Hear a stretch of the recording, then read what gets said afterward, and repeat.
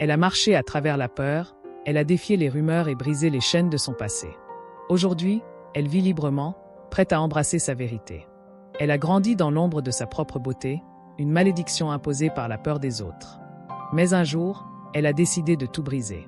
Découvrez l'histoire de Selma, une jeune femme qui a appris que la vraie malédiction, ce n'était pas son visage, mais la peur de l'accepter. L'histoire débute par une nuit orageuse, marquant la naissance de Selma Adebayo. Dès ses premiers cris, une rumeur étrange circule dans la famille. L'enfant est trop belle pour être ordinaire. Une vieille sage-femme, le regard troublé, murmure « Cet enfant portera un destin cruel. Sa beauté sera à la fois sa prison et son poison. » Les années passent et Selma grandit dans une cage dorée.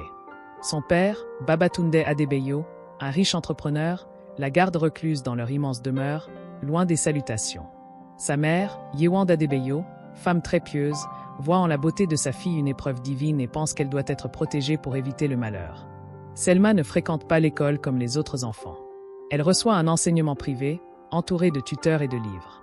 Dès son plus jeune âge, elle comprend qu'elle est différente, sans en saisir la raison.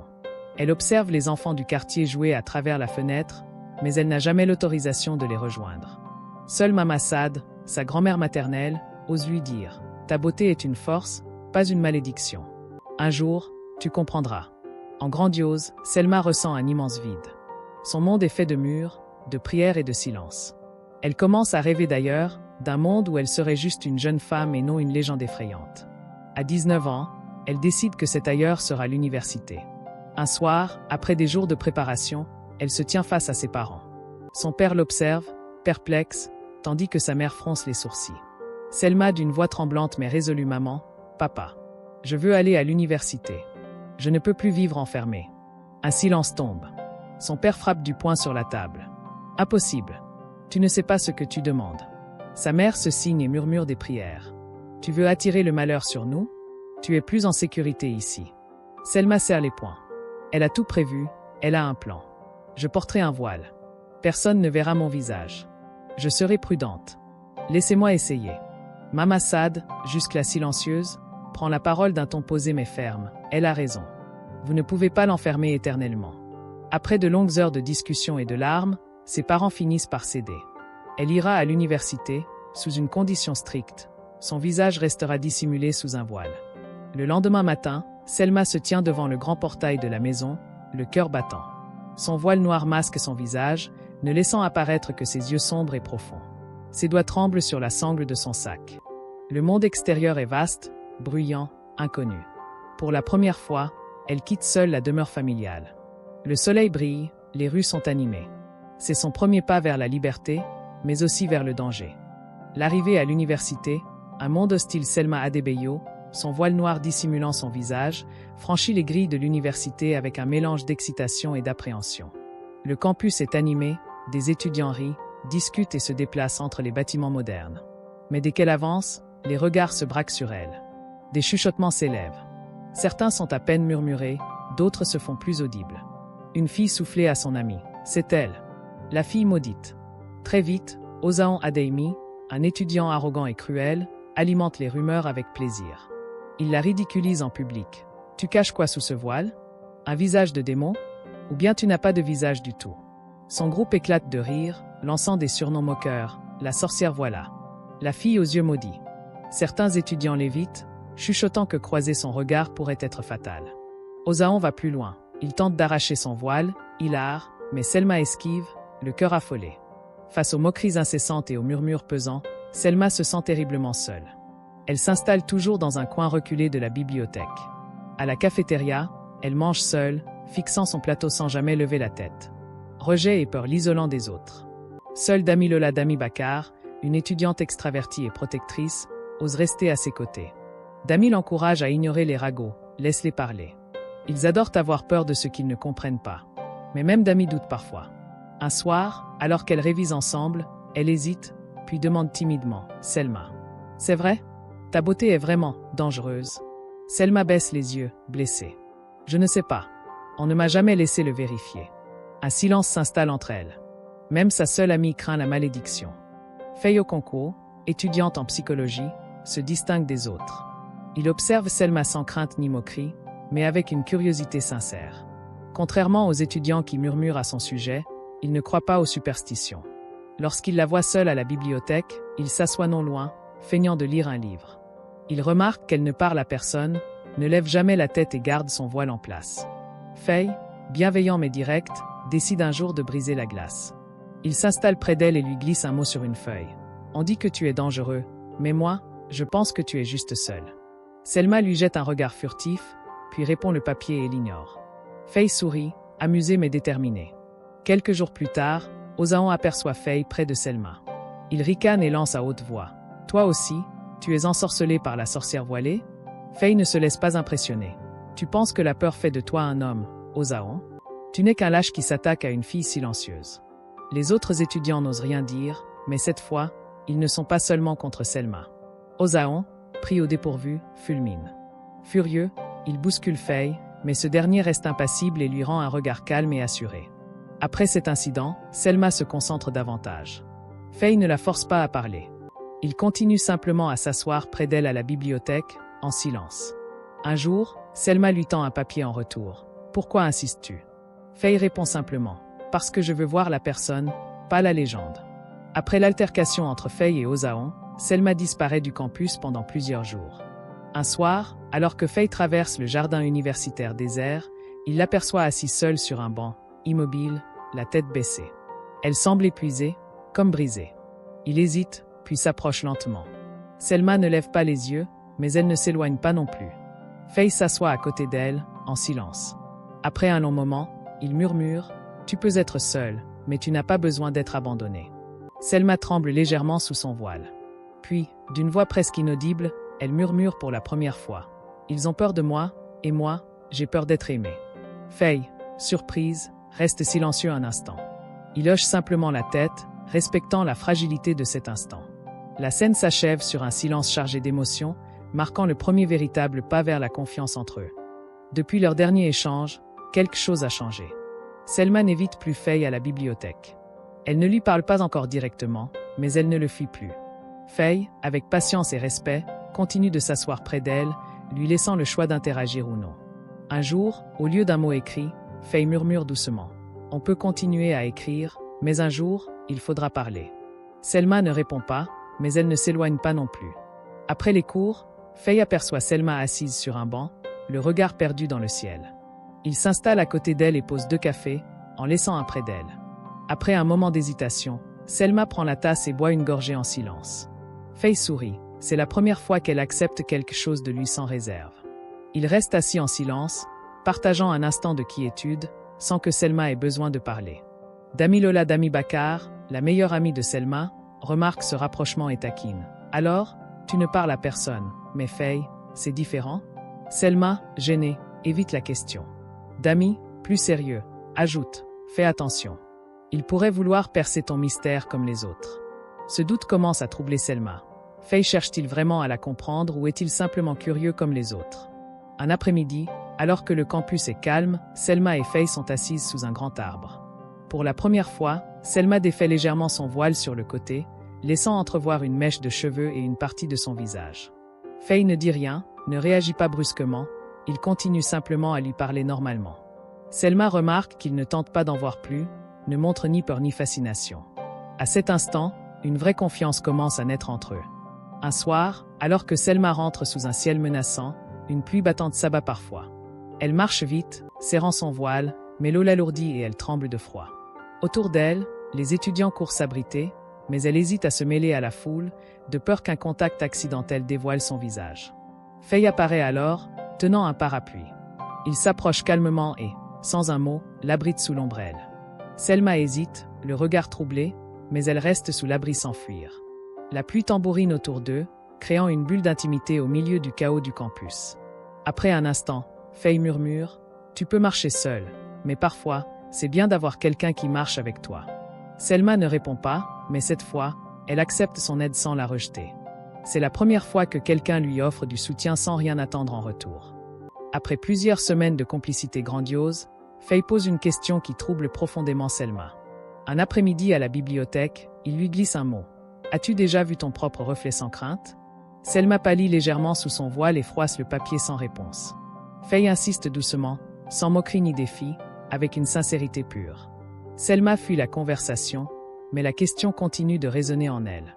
De retour chez elle, elle se tient devant un miroir recouvert d'un drap, hésitant à le retirer.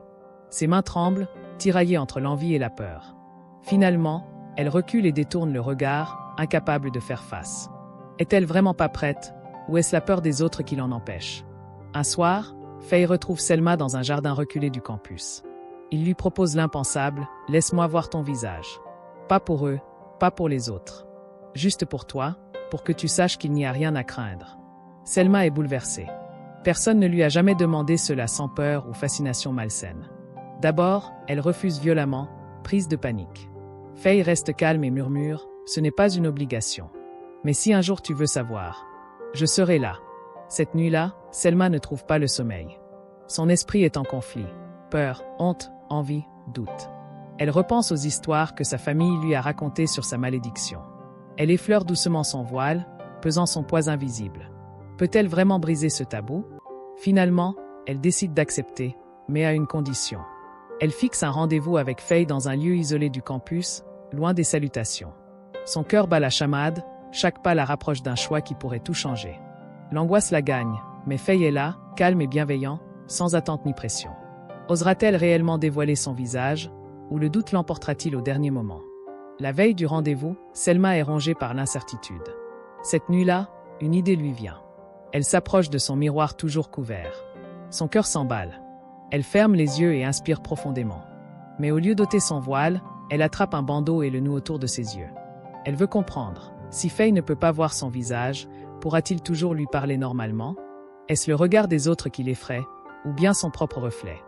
Le lendemain, lorsqu'elle retrouve Faye dans un coin isolé du campus, elle porte un bandeau noir sur ses yeux, en plus de son voile.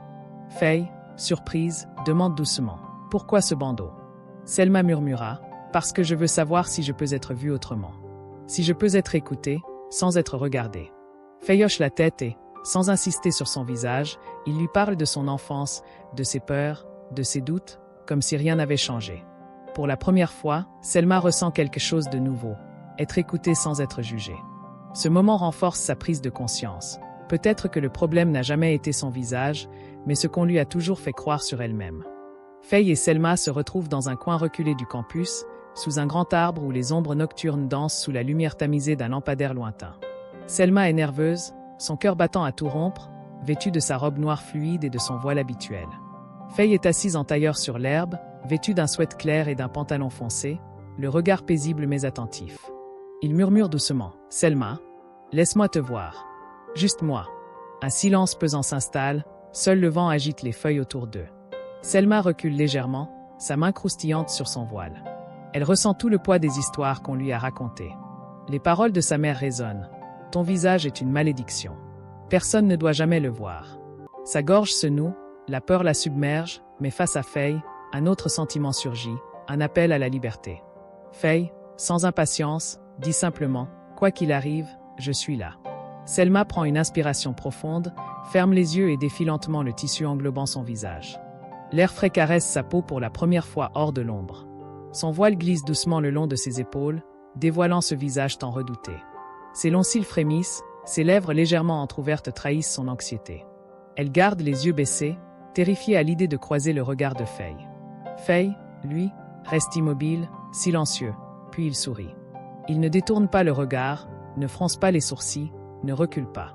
Il murmure avec une infinie douceur « Tu es magnifique. » Selma, troublée, lève enfin les yeux, attendant l'inévitable, mais rien ne se passe. Contre toute attente, il ne meurt pas. Selma tremble, incapable de comprendre. Elle attend un cri, une catastrophe, un châtiment divin, mais rien ne vient. Ses yeux s'embuent de larmes, un mélange de panique et d'espoir. Elle murmure, la voix brisée. « Tu n'as pas peur? Tu es toujours là ?» Faye, toujours souriante, secoue lentement la tête. « Pourquoi aurais-je peur de la plus belle chose que j'ai jamais vue ?» À cet instant, Selma comprend que peut-être, toute sa vie a été bâtie sur une peur qui n'a jamais été la sienne. Après ce dévoilement, Selma est bouleversée. Son cœur bat à toute vitesse, elle lutte contre l'incompréhension. Elle touche doucement son visage, comme si elle le découvrait pour la première fois. Faye, calme et bienveillant, lui tend un miroir de poche qu'il gardait près de lui. Un frisson la traverse. Selma hésite, Sa respiration s'accélère. Toute sa vie, on lui a interdit de se regarder trop longtemps, de craindre son propre reflet. Elle fixe le miroir entre ses mains tremblantes. Un objet si banal, mais qui lui semble peser une tonne. Faye murmure, « Ce n'est pas à moi de te dire ce que tu es. Regarde et découvre-le par toi-même. » Le silence est assourdissant. Selma ferme les yeux un instant, puis, avec un courage insoupçonné, elle ose regarder enfin. Son reflet lui apparaît avec une clarté effrayante. Elle se voit, et pour la première fois, elle n'a pas peur. Un sanglot lui échappe. Elle pose une main sur sa joue, comme pour toucher une vérité qu'elle n'a jamais pu affronter. Faye ne dit rien. Il la laisse simplement exister. À cet instant, la malédiction n'a plus de pouvoir sur elle. Selma reste figée, le souffle court, les yeux rivés sur Faye, toujours en vie. Son voile repose sur ses genoux, et son corps tremble légèrement. Les larmes montent lentement, un mélange de choc, de peur et d'incompréhension.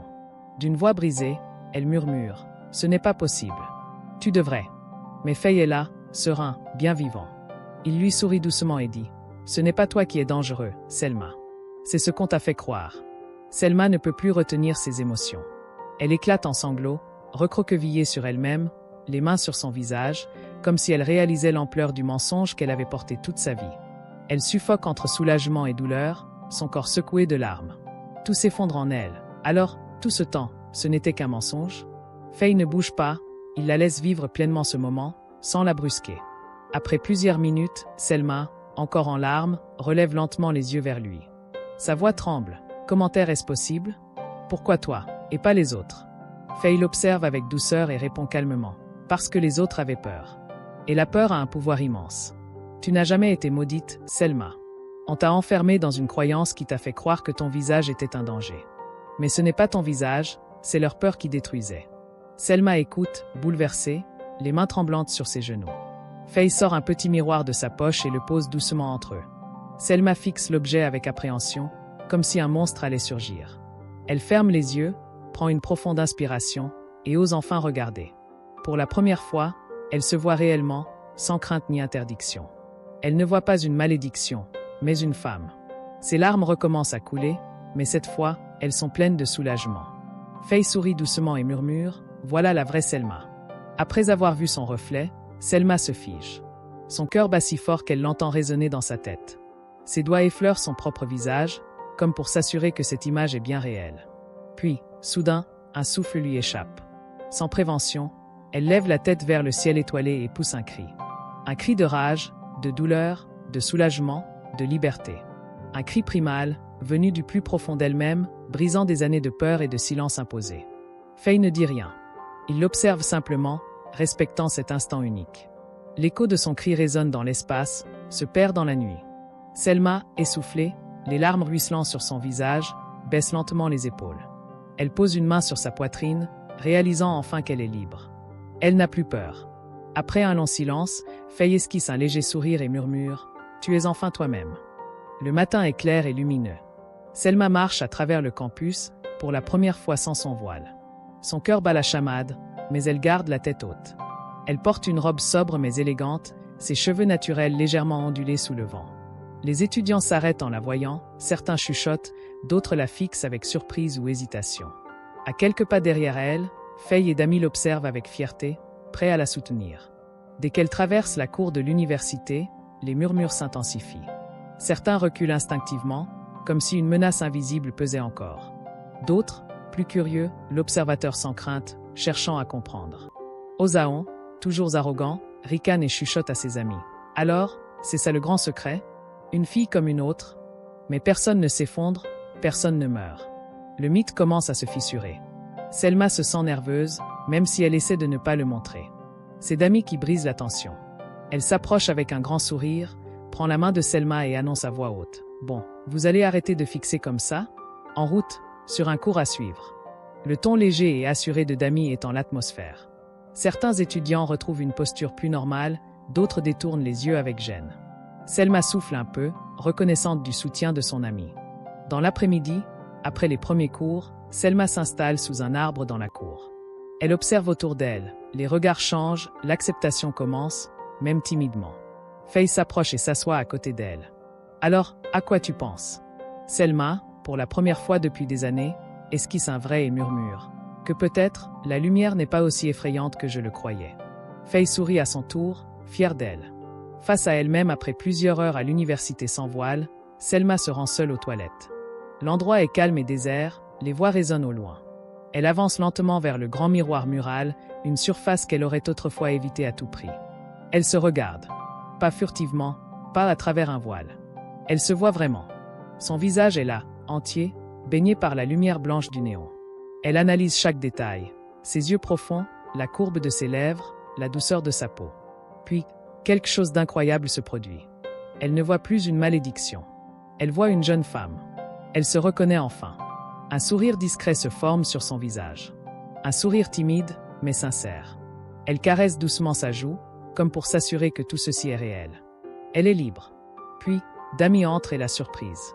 Elle s'arrête net, prête à détourner les yeux par réflexe. Mais cette fois, elle ne le fait pas. Dami, les bras croisés, la regarde à travers le miroir et sourit. C'est bien la première fois que je te vois dans un miroir. Et tu sais quoi? Tu es magnifique. Selma laisse échapper un léger rire. Elle a gagné. Depuis que Selma est apparue sans voile, Osaon se sent humilié. Il refuse d'accepter que le mythe qu'il exploitait pour dominer s'effondre. L'université commence à voir Selma autrement, et cela le met en rage. Il se tient dans un coin de la cour, entouré de ses amis, les bras croisés, un regard sombre rivé sur elle. Il murmure avec mépris. Elle croit qu'elle est libre? Elle va voir. Son orgueil blessé le pousse à vouloir l'écraser une dernière fois. Osaon commence à répandre des rumeurs sur Selma. Il murmure aux étudiants dans les couloirs. Vous avez vu comment Faye la regarde? Vous croyez qu'elle ne lui a pas lancé un tri? Il insinue qu'elle manipule ceux qui la soutiennent. Il exagère son passé, prétendant qu'elle jouait la victime tout en profitant du mystère autour d'elle. Peu à peu, certains étudiants commencent à douter. Les murmures reviennent, les regards deviennent incertains. Selma perçoit l'ambiance changeante autour d'elle. Les regards s'alourdissent, certains amis s'éloignent. Elle a envoyé l'ombre du passé revenir, tentant de l'engloutir à nouveau. Dans un couloir, elle surprend une conversation. Et si tout ça n'était qu'un jeu pour nous manipuler? Son cœur se serre, mais cette fois, elle ne fuit pas. L'affrontement, au lieu de se laisser écraser par les rumeurs, Selma affronte publiquement Osaon. Dans la cour, sous les regards de tous, elle avance vers lui, calme mais résolue. Osaon sourit, convaincu qu'elle va s'effondrer, mais il se trompe. Selma le fixe droit dans les yeux et déclare d'une voix claire « Tu peux dire ce que tu veux, Osaon. Mais je ne vis plus dans ta peur. » Un silence s'abat sur la faute. Osaon ne sait pas quoi répondre. Son assurance vacille face à la force qu'elle dégage. Dami applaudit bruyamment, suivi par d'autres étudiants. Cette fois, Selma a gagné. Mais Osaon, frustré par l'indifférence de Selma, décide d'aller encore plus loin. Il l'attend seul à la sortie d'un cours. Ses amis restent en retrait, observateurs. Il s'approche lentement, son sourire narquois. Selma, calme mais sur ses gardes, croise les bras et soutient son regard sans reculer. « Tu crois vraiment que les gens t'acceptent? Regarde-les. Ils n'ont jamais eu peur de toi, ils avaient juste pitié. » Un frisson traverse Selma, mais cette fois, elle ne baisse pas les yeux. Il continue, cherchant à la briser une dernière fois. « Tu ne seras jamais normale, Selma. » Toujours un monstre déguisé en fille. Le silence devient pesant. Selma inspire profondément et répond lentement, avec une force nouvelle. « Peut-être que je ne serai jamais normale, Osaon. Mais ce n'est pas moi qui suis obsédée par mon passé, c'est toi. » L'effet est immédiat. Osaon se fige. Il n'a plus de contrôle sur elle. Les étudiants murmurent, certains affichent des sourires approbateurs. Selma tourne les talons et s'éloigne, la tête haute. Dami, qui avait tout observé depuis un coin, s'approche, passe un bras autour de Selma et rit. Et voilà, ça, c'est la reine que je connais. Osaon reste seul, furieux, son pouvoir réduit à néant. Le soleil éclaire le campus, et pour la première fois, Selma avance sans crainte. Elle n'a plus besoin de cacher son visage, ses cheveux naturels flottent doucement dans le vent. Elle porte une tenue simple mais lumineuse, reflet de son renouveau intérieur. Les étudiants ne la regardent plus comme une légende ou une menace, mais simplement comme une jeune femme. Elle sourit doucement, ressentant une légèreté qu'elle n'a jamais connue auparavant. Selma rejoint Faye et Dami sous un arbre dans la cour principale. Dami l'accueille avec une blague. « Alors, Madame la Reine, prête à conquérir le monde ?» Faye sourit calmement, observant Selma avec une fierté silencieuse. Selma laisse échapper un léger rire et répond « Non, juste prête à vivre. » Ils marchent ensemble, échangeant plaisanteries et souvenirs, comme trois amis ordinaires.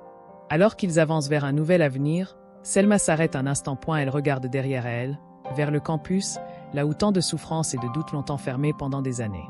Elle ferme les yeux, inspire profondément, puis les rouvre avec un regard serein. Le passé n'a plus d'emprise sur elle. Elle tourne les serres et reprend sa route, sans jamais regarder en arrière. Alors qu'il s'éloigne, Faye demande à Selma, « Et maintenant? Qu'est-ce que tu veux faire ?» Selma sourit, cette fois pleinement, sans retenue, vivre. Simplement vivre.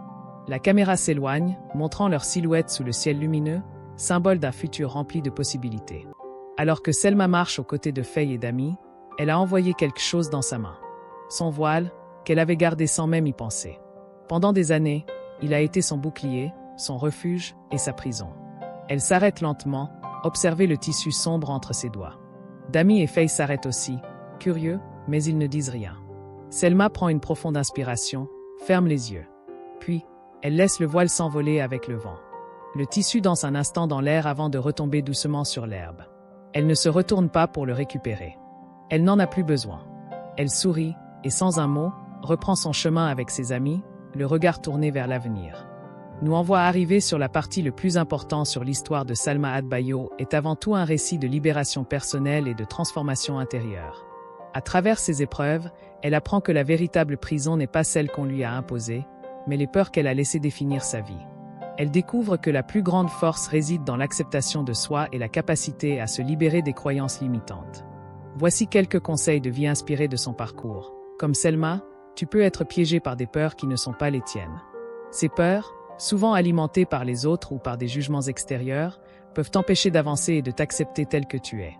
Conseil: affronte tes peurs, non pas en fuyant, mais en les regardant en face. Accepte que la liberté vient de l'intérieur et non de la validation des autres.